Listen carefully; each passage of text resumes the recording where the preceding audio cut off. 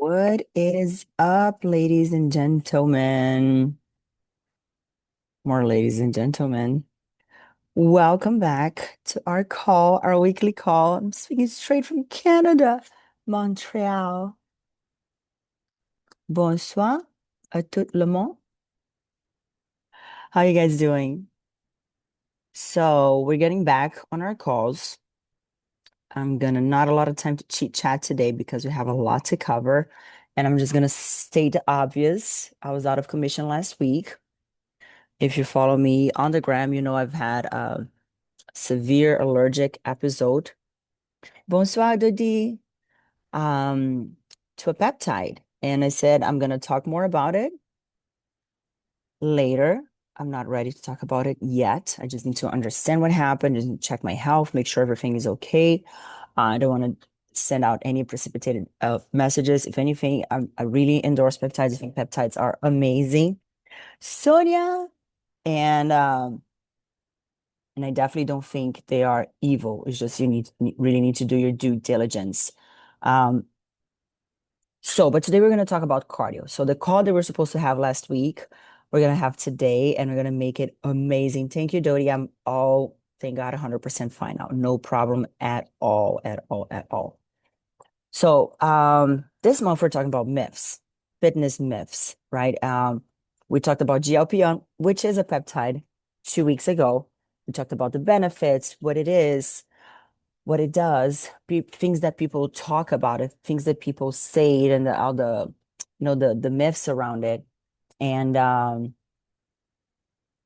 and we're gonna do the same today with cardio.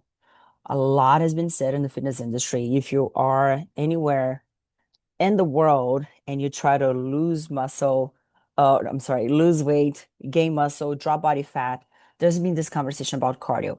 What type of cardio should I do?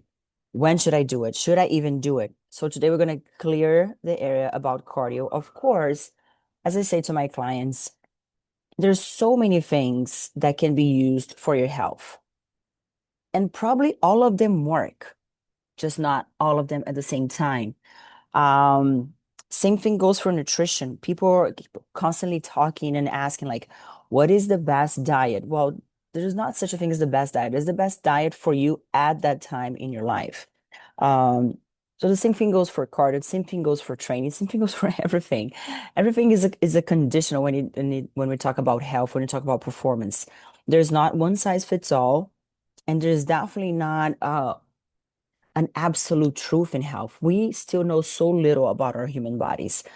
No, so little. There's constant discovers, constant new research being done. And also, when you talk about something that you guys need to understand and have in consideration is even when you're talking about research and scientific articles and published literature, yes, those are amazing. And you should definitely look for someone to advise you, whether in your health, in your fitness, in your nutrition, that does abide by that, this study that knows how to interpret a scientific article that is endorsed by science. But let me tell you how most scientific articles are done at a very small population because it is extremely hard and challenging to do a human study regarding fitness or nutrition because there's so many variables.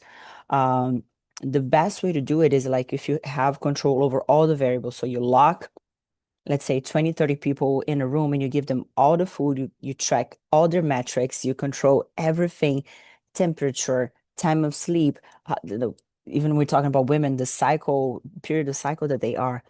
And needless to say, that's extremely hard to do. It's extremely challenging. So when you see something that's published, something that is science-based, still you have to have that bias. Okay, that study, it could have been done in 1,000 people. Do you know how irrelevant it is a study done in 1,000 people compared to the vast plurality, that's such a hard word to say. Diversity, it's better, of genes that we all have in the world. So just have that in consideration, okay? And I'm saying that because everything that you know about literature and about theory in fitness, you need to apply it and practical. You need to apply it in real life, and you need to try it out for yourself. One thing I always talk to my clients is based on the questionnaire that you answer, based on the conversations that we have. I'm gonna search in my, toolbox, which is my brain, all the knowledge that I have. I'm gonna try to come up with the best protocol for you for that time. But let me tell you, that's not gonna last a lot. Lionel Guadalupe is online. And and then based on that, we're gonna see if it works. And if it works, which usually does, it's probably gonna work for like 3 weeks, 4 weeks, and then we need to change it again. Hey, Matt. Um, okay, so have that in mind. Now bringing back to cardio, the whole discussion about cardio. When should we do it? How should we do it? What's the goal? How often? So many questions. I'm going to try to bring clarity to all of them right now. I do have my cheat sheet right here because I'm getting so responsible. I'm taking notes. I'm structuring my call. My friends are so proud because, like it's such a huge topic. We have to have some sort of structure. So first thing we're going to talk about um, the myth between cardio and fat loss. There's a lot of people that they think that in order to lose fat, you need to do cardio. And actually, it's just something I just commented. You guys know I talk a lot about Dr. Stacy. She's a doctor from New Zealand that she talks a lot about nutrition and protein and muscle for women. Hey, Tricky Binia. And she had a post recently talking about cardio. What is it for? And I made a question under it and started this whole debate between two women about my question. I'm gonna tell you what it was. She was saying that cardio is not helpful for fat loss. And I agree with that. Well, let me rephrase that. It's not that cardio is not helpful for fat loss. Cardio is not essential for fat loss. You do not need to do cardio in order to burn fat. There you go. Is that clear? Is that settled? But what you need to do in order to burn fat is absolutely you need to be in a calorie deficit, meaning you need to burn more calories than you ingest.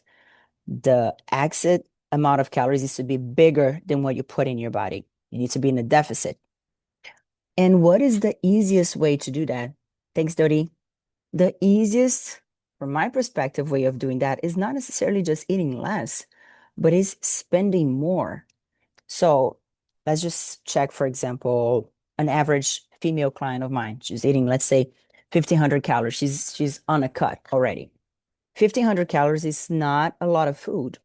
So if she stopped losing body fat, there's so many things we can do about it. Like if you have any questions, go back on last month's calls. We talked about everything that you can do in nutrition to get shredded. There's all the techniques that I use, diet breaks, refeeds, carb cycling, all those things. Go back there. It's all on YouTube. You're gonna see this on YouTube later. But so we can do two things. If she is already in a calorie deficit and she's not losing body fat anymore, what can we do? Should I reduce her calorie intake to 1,300, 1,350? That is such little calories. Or what I could do a small reduction on her calorie intake, but I could increase her calorie expenditure. And the easiest way to do that is with cardio. So cardio is not essential for fat loss, but it's definitely an amazing tool to help put you on a calorie deficit. Meaning I can have you eat one less meal a day around 200 calories, or maybe I don't even need to reduce your calories, but I can add a 30, 40-minute cardio on your daily regimen and make sure because of that cardio, you're burning more calories, so your body goes immediately into a calorie deficit. Okay, myth number one, cardio for fat loss, not essential, definitely a great tool. Any questions? Class in session. Awesome. Okay, second thing we're going to talk about the difference between fad and fasted cardio. What is fad cardio? FED means cardio after you had food, after you're fed. I know it sounds weird, but that's how we say it. So the difference between fasted and fad cardio. What we do, what is the big thing about that? There's if you're anywhere close to the bodybuilding world, if you're anywhere close to like once again, fat loss, muscle building, you've heard about fasted cardio, and that fasted cardio is the fastest way for you to drop body fat. And let me explain that for you guys once and for all. Studies have shown, once again, studies take it for what they are. It's a guide, it's a trail that you can follow. Doesn't mean it's an absolute truth. They're absolutely individual features that apply to each person. So you cannot take, I'm going to say something very contradictory now, but you cannot take science as an absolute truth. Okay. Have that in mind. You have to apply, you have to see what works best for you. So, as the study's been showing and done, and that's been for a while now, it's just people don't know about it, but it's not a recent study, but showed the difference between fat and fasted state cardio. What happens is that people have that impression that fasted cardio burns more fat is because it does burn more fat while you're doing the activity. So let's say you wake up and you go straight to the gym or you go for a walk. Your body is on a depleted mode of energy, of calories that, of course, when you go do a gentle walk or a zone two cardio, we're going to talk about it. If you have no idea what zone two cardio is, stick around. I'm going to explain everything. But what it does, it's gonna go in your body and look for whatever energy it can take in order to sustain that cardio session. And it usually goes on fat, free fatty acids that you have around if it's not super intense, okay? Because that's, one gram of fat holds 9 calories, 1 gram of protein also holds four grams, 4 calories. So it's much more profitable for the body to use fat as a resource for fuel than it is to go look for muscles. So that's what happens when you're doing fasted cardio. Your body goes into its own fat deposit, its own fat storage sockets, which is fat cells, and looks for the energy in order to sustain that activity that you're doing. That's one scenario. What happens after this, though, is throughout the rest of the day, let's say you do that fasted cardio in early morning, after that, your body's gonna burn less fat because it kind of had already, it's not very clear, but it kind of like the way it's easy to explain, it kind of already did what was supposed to do to feed that activity. So now it's just going to burn less fat during the rest of the day. And let's say at the end of the day, it burned. I'm going to come up with a unit here just for the sake of comparison. 100 units of fat. Okay. Or that sounds so weird. 100 calories worth of fat. That's better. Got it? Now let's go to the other scenario. If you wake up, you have some food, or you go about in your day and then you do cardio at the end of the day, or it can even be in the morning. Let's just put the same time for the sake of compare a better comparison. But you have food in your body. You just ate. So what happens if you just ate? You have all that energy already. How do you like it? Like my shirt. You have all that energy circulating in your body. So your body does not need to go to the fat uh storage deposits, the fat cells, to get energy because it already has already energy going on your bloodstream. You eat, you break down the molecules of food, that energy start going in your bloodstream. So that's where your body uses. I'm not saying uses only that. Guys, remember that nothing in your body is just like an on and off. Everything is happening at the same time all the time. It's only God could have done it because it's very, very elaborate and confusing for us. Um, so what happens is on that state is you burn less fat while you're doing the cardio. But what happens is magically after it's awesome, right? Days work. After you're done with the cardio, your body's gonna burn more fat throughout the day. So you burn less fat during the cardio, but you burn more fat after. Fasted cardio, you burn more fat during the cardio, but you burn less at the end of the day. And guess what? On both situations, the total amount of fat loss per day is the same. So situation number one, you would have burned 100 calories worth of fat. Situation number two, you'd have burned the exact same amount. Meaning that it really doesn't matter. If you do fasted or fat cardio, fat state cardio, it does not matter for the sake of fat burning purposes. Makes sense? What does fasted cardio help us? Hey, James, uh, one thing it does, it helps if you're an early riser like myself. If you wake up early and let's say you don't have much time between when you wake up and you go to the gym, like most people, you don't have time to wake up, eat, wait for a digestion, and then for a workout, right? So what you do, you go work out fasted. You go do your cardio, go do your lifting.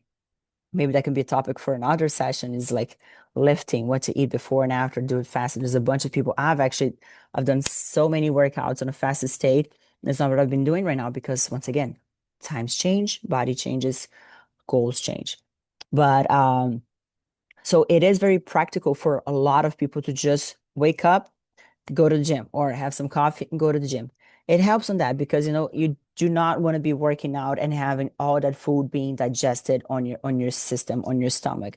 It's not energetically speaking, it's not the best for your body. Your body doesn't quite know where to direct the energy that it needs. It doesn't know if the energy is going to go for digestion or the energy is going to go for muscle contraction. Most likely you're going to keep contracting your muscles, and your digestion is going to be affected. So you're going to have a poor digestion, and therefore you're not going to absorb a lot of those nutrients. And therefore, some of that energy is actually going to be stored as fat. We do not want that. And needless to say, it's very uncomfortable. That's one thing that fasted state cardio help. Also, another thing is a lot of people wake up and they're simply not hungry in the morning. They're not hungry at all. There you go. You don't necessarily need to eat. Go do your cardio done.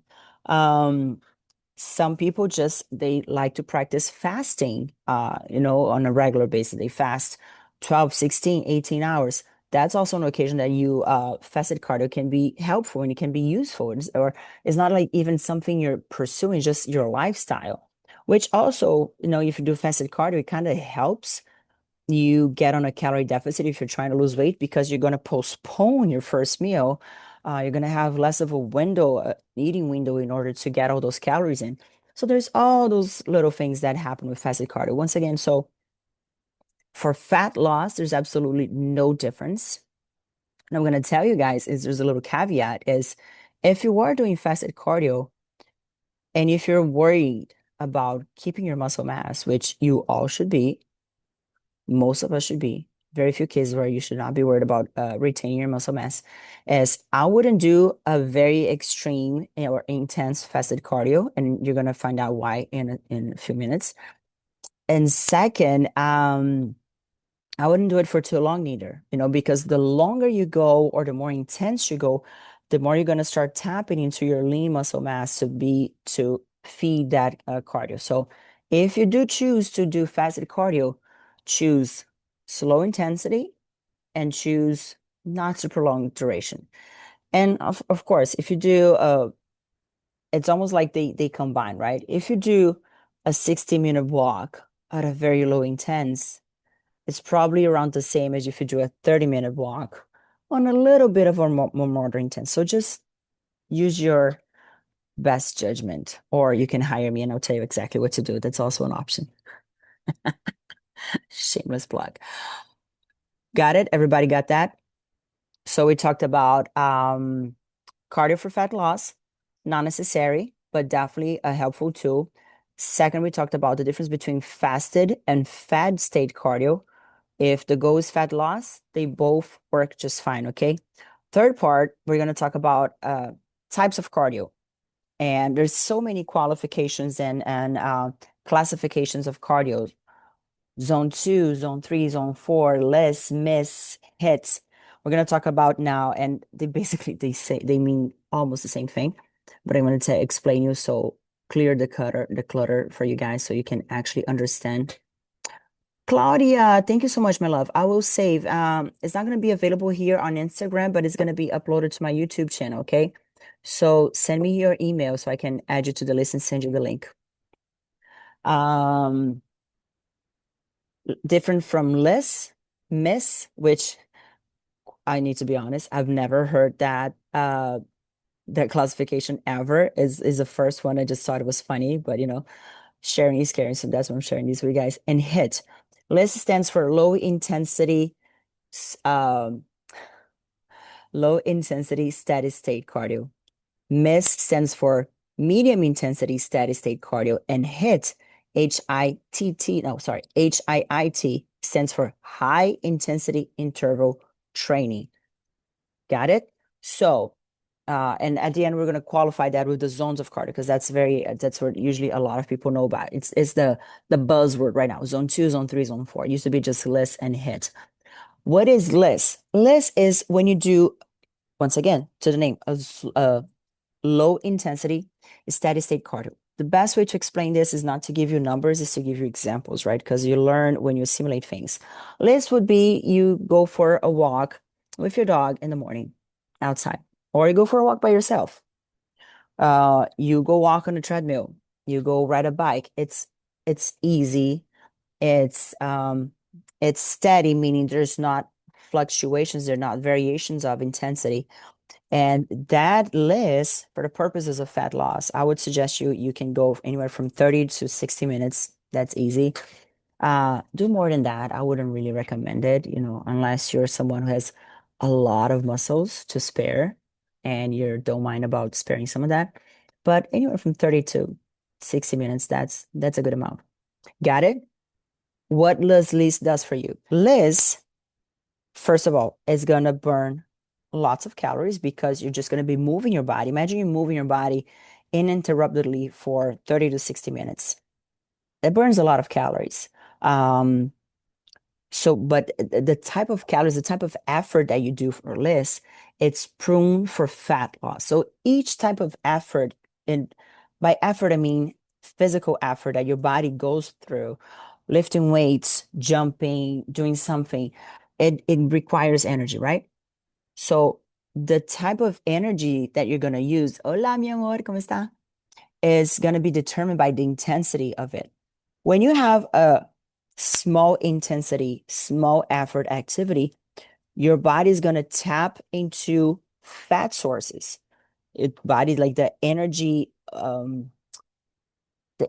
pathway that the body uses is strictly from fatty acids. It's strictly from like fat cells, the fat deposits that you have in your body. So the more you're able to keep it a slow intensity, your body's going to burn majority fat tissue on your body. Now, it cannot be too low or too soft because then you're just going to be burning calories. Of course, there will be some fat loss burned there, but not enough. So there needs to be a somewhat of an intensity. And once again, I'm gonna pair that with numbers on our next topic. But just for now, just focus on that.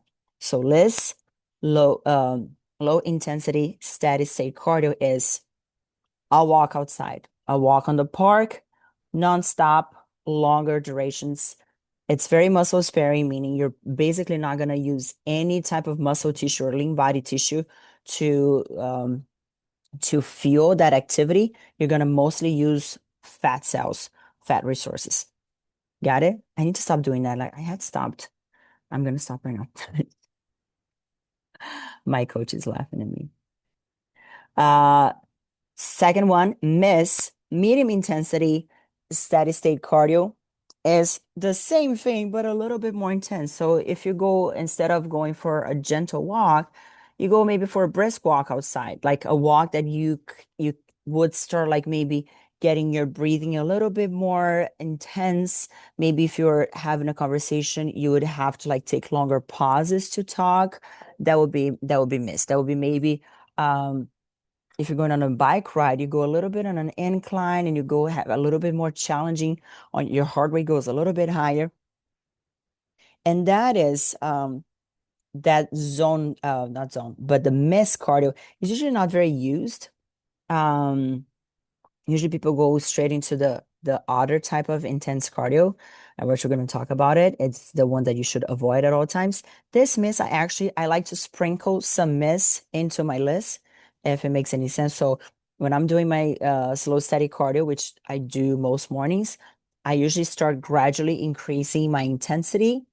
One, for fun. Second, because I'm very trained and I can do that. Once again, you need to understand your body, understand where you sit, where you stay, in order to try to make this more challenging for you, and in order to train your body to use more fat storage to you to fuel that activity.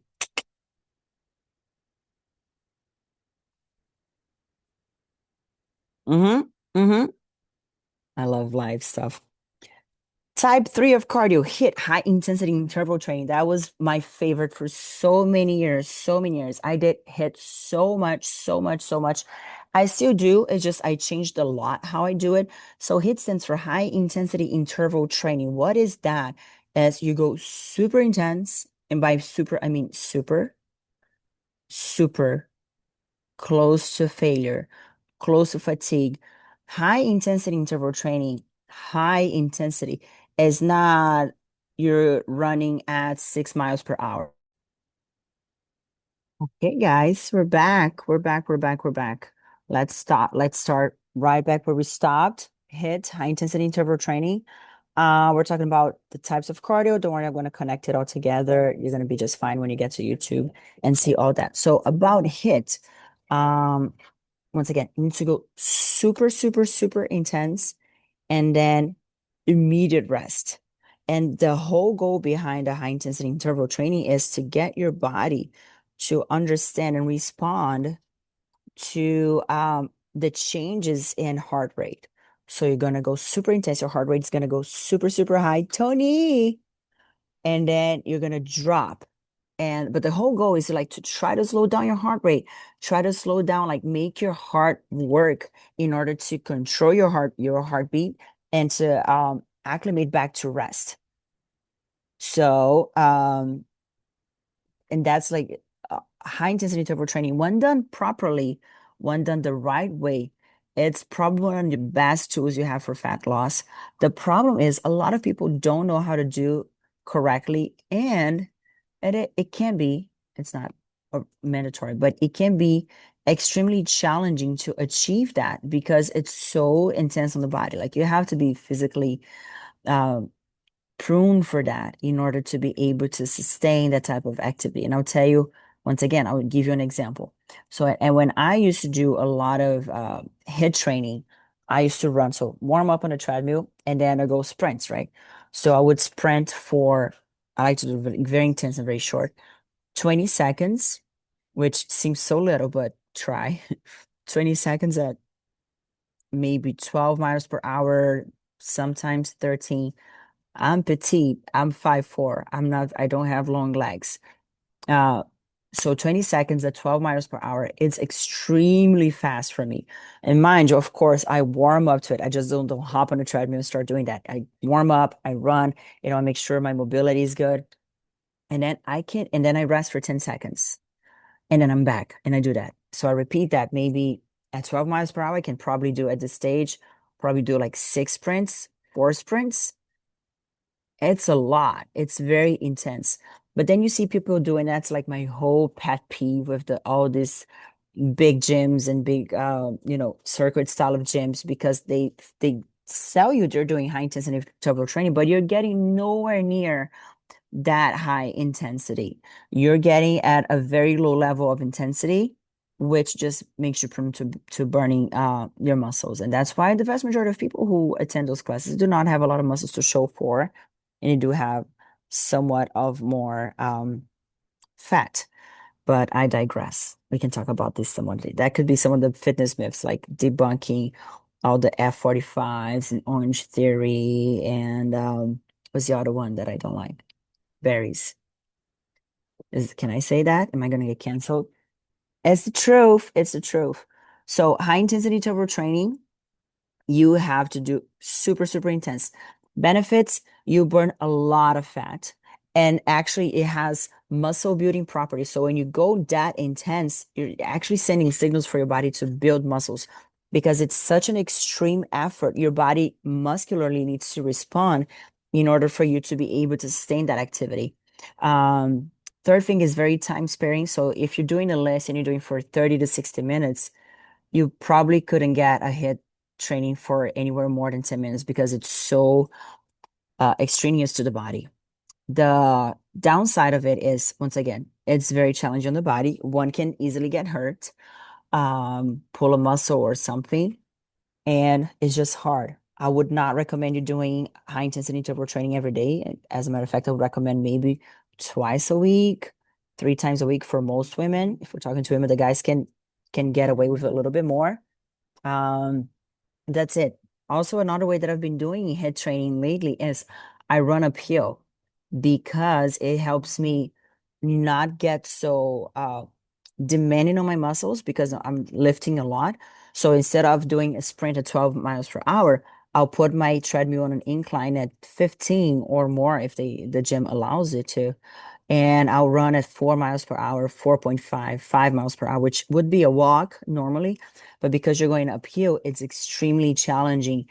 And then I try to do that for 40 seconds and then try to fight for my life for 20 seconds. And then I do it again. And then that one I can do for about like 10 minutes, 10 sprints. Try it and let me know how it goes next time. It's delightful. Next thing we're going to talk about now is the zones. Zone 2, zone 3, zone 4, zone 5, all the zones about cardio that you've probably heard about it. What I can say in a way to make it easy, LISS cardio and zone 2 cardio are kind of the same. You can kind of use the terms interchangeably. So LISS talks about intensity and variation. So it's not a variation of intensity. It's just low and steady intensity.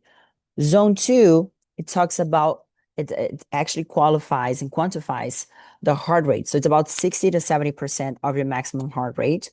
Um, and that's when it's qualified as zone 2 cardio.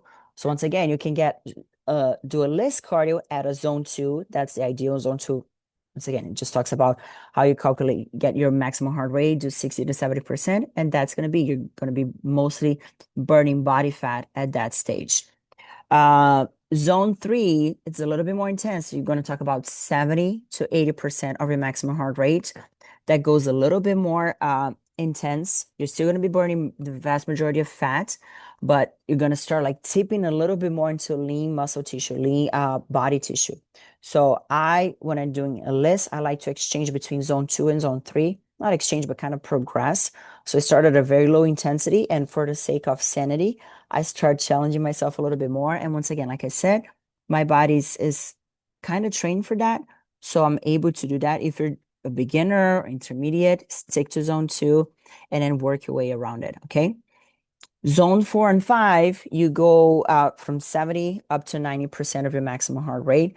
That's when you should be looking, if you're looking to lose muscle, I'm sorry, if you're looking to lose fat and preserve your muscle, you should not be doing zone 3 and 4, I'm sorry, zone 4 and 5 for long periods of time because the more you go, the more muscle mass you're going to burn. We don't want that. Zone 4 and 5, use it for sprints. You use for like a minute of activity. And actually, if you're doing more than that, I would argue that you're not actually at a zone 4 or 5 because your maximum heart rate, like for me, zone 4 and 5 would be something like 170 miles, 170 beats per minute, 180. That is a lot. That's extremely challenging for the heart, extremely challenging for your body, extremely challenging for your breathing because like you need to be able to kind of try to control your breathing as much as possible in order to make sure your body's still getting enough oxygen, but your body's just rushing for dear life. Um, and that's basically it. We covered everything and it's still 14 minutes to go, 16 minutes to go. So we talked about, is cardio good for fat loss? Yes, it's good. Is it mandatory? No, it's not. It's a great tool. Second, we talked about fat and fasted state cardio. The differences between them, when you use one or the other, the difference between fat loss, meaning there are none. They're both equally great for fat loss. You just need to choose what is the best thing for you, what fits more into your schedule. Um, 3, we discussed the different types of cardio and to use them. We talked about uh, low steady state cardio, low intensity steady state LISS. We talked about medium st intensity steady state miss, and we talked about high intensity interval training hit, when to use those three. Mostly stick to LISS, put some type put some type of hit into your week, 2, 3 times. It's good for your muscle building. It's good for burning a lot of fat and is great for your cardiovascular capacity. And at the end, we talked about the intensities of cardio and the zones, zone 2, 3, 4, and 5, when to use them, how to combine the intensities with the type of cardio you're doing. And just give you more clarity. You can do all of them. You can use all of them, just not all of them at the same time. Don't try to do a long cardio at a zone 5. You're gonna kill yourself and you're gonna lose all your muscle. Now, if you're a marathon runner, go for it, knock yourself out, enjoy. But you were talking about muscles here. And if anything, and you wanna think about muscles and body composition and understand what type of cardio you should be doing, just think about the body type of a marathon runner and a sprinter. Marathon runner, very scrawny, not very muscles to show for. They're very light and they're fast. They're very fast, but not as fast as sprinters because they burn a lot through their muscles to just get to the end of the show of the test. Sprinters, they're jacked. They have big muscles. Those girls look amazing. Those guys look incredible. For me, this is like aesthetically speaking, for me, that's the most beautiful body type in both men and women because they have jacked legs, jacked like glutes, they're shredded. Their stomachs are like flat and like you see the packs, you can count everything. Their upper body is jacked. You would think that like, why are they jacked upper body? Well, because the signaling just running, it sends so much like HGH throughout your whole body. Like you build muscle actually running that fast, but you see how fast they run. It's not a race around the park. It's like running like there's a lion behind you. It takes a lot of training to get to that. So that's the caveat. It's hard to get to that level. But if you want to implement that on your session, on your life, like I said, start define the intensity with other things rather than speed, because speed can be tricky, especially if you don't have the right technique. You're gonna get hurt. I don't want that for you. So start running uphill. Find a hill. You don't even need a fancy treadmill. Find a hill in your city and try to run as fast as you can uphill. And you can thank me later. Okay? Life is over. We're back next week with more myths for you guys. And we're also talking about themes for next month. So stick around. If you have any suggestions, any questions, as usual, type them anywhere you see this video. Send a fog signal, a pigeon, a letter to my P.O. box, a telegram, anything, communicate. Love you guys. Happy to be alive. See you next Tuesday. God bless you.